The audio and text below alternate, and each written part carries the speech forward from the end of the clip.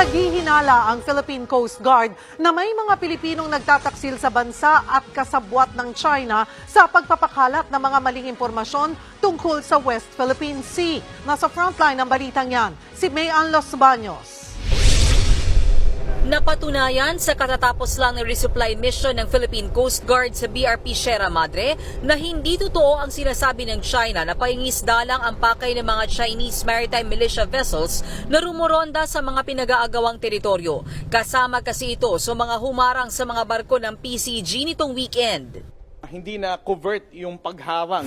Talagang tahasan na ginamit na ng People's Republic of China, ang Chinese maritime militia vessels. With this recent resupply operation, we can all agree that the Chinese maritime militia is existing and it takes orders from the Chinese Coast Guard or the People's Republic of China in general. Hindi lang din daw sa dagat ang tensyon, kundi maging sa impormasyon. Naniniwala ang PCG na China ang nasa likod ng pagpapakalat ng maling impormasyon tungkol sa West Philippine Sea. May mga Pilipino pa raw na nagtataksil sa bansa. Isiniwalat yan ng PCG sa pagtinig kanina ng Senate Committee on National Defense kaugnay ng issue sa West Philippine Sea. Nagugat yan sa tanong kung may mga senyales ba na ang disinformation campaign ay state-sponsored ng China. Media friends. Wherein some of those journalists that we know that supports the efforts of the Philippine government in the West Philippine Sea receive emails trying to divert the attention and focus of the Filipino people instead of concentrating on the aggressive actions of China. They are diverting it to Vietnam. So for the Philippine Coast Guard, ma'am, that's the only information that we have. Hindi na dinetalye kung ano-anong mga impormasyon ang pinakakalat. Pero matatanda ang may nabanggit noon si Defense Secretary Gibo Chodoro tungkol sa pinakakalat na propaganda para palabasing sunod-sunuran ang Pilipinas sa Amerika. Kanina, kinwestiyon ni Senator Robin Padilla ang pagsama ng US Navy aircraft na P-8 Poseidon sa huling resupply mission ng PCG. Bakit daw kailangan makialam ng US Navy? Hindi raw ba kaya ng ating Coast Guard na solong gumalaw sa mga resupply mission? Para po nyo bang inaamin na hindi nyo kayang pangalagaan ang ating dagat at kailangan natin ng US Navy? Sir, sagutin nyo po.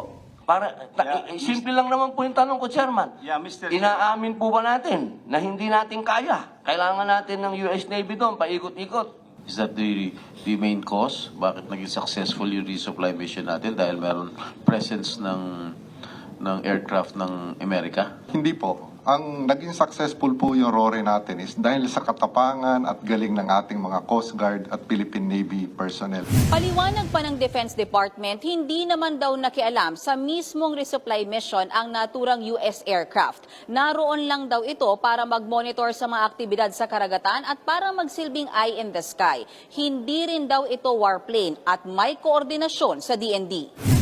Pero kung si Padilla ang tatanungin, pinalalala lang daw ng Amerika ang tensyon sa South China Sea.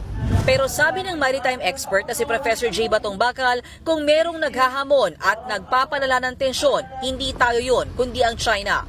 Pag-amin naman ni PCG spokesperson Commodore J. Targiela, I have to be very honest about it. It made them more confident and their morale is also high, knowing the fact that the U.S. government is watching over the sky, and documenting whatever is happening. muli namang naungkat ang 10 milyong pisong confidential funds ng PCG na para kay Ontiveros ay hindi sapat.